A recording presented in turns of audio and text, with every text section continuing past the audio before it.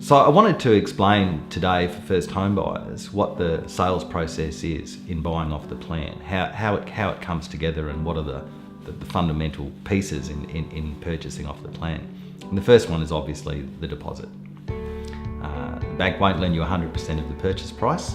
You need to demonstrate a deposit saving for two reasons. So you can demonstrate to the bank your ability to save and therefore service a mortgage. And also the bank's risk is a partnership. They're only going to lend an absolute maximum of 95% of the purchase price, typically only 90% of the purchase price. I think the most challenging part will be waiting for that to be finished. But you guys did a really good job, like sending an update every month.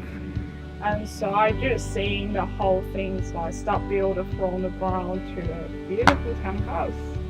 Deposit can be a gift from a family member. However, typically it's genuine savings. If it is a gift, it has to be in your own bank account for a minimum of 3 months.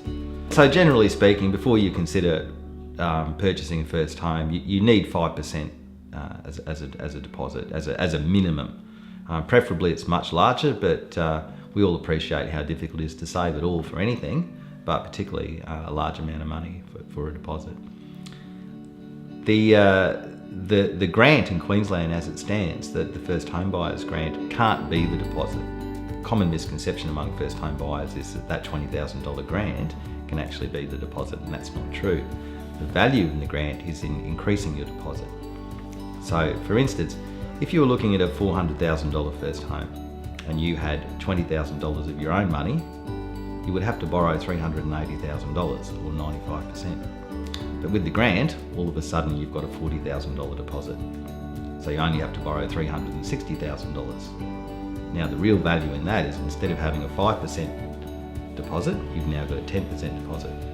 Instead of having 5% equity, you've now got 10% equity. So that means not only do you owe the bank $360,000 instead of $380,000, but you're going to pay less mortgage insurance because you're only borrowing 90% of the purchase price as opposed to 95%. And the less you borrow, the greater your deposit, the greater your equity, and the less mortgage insurance you pay.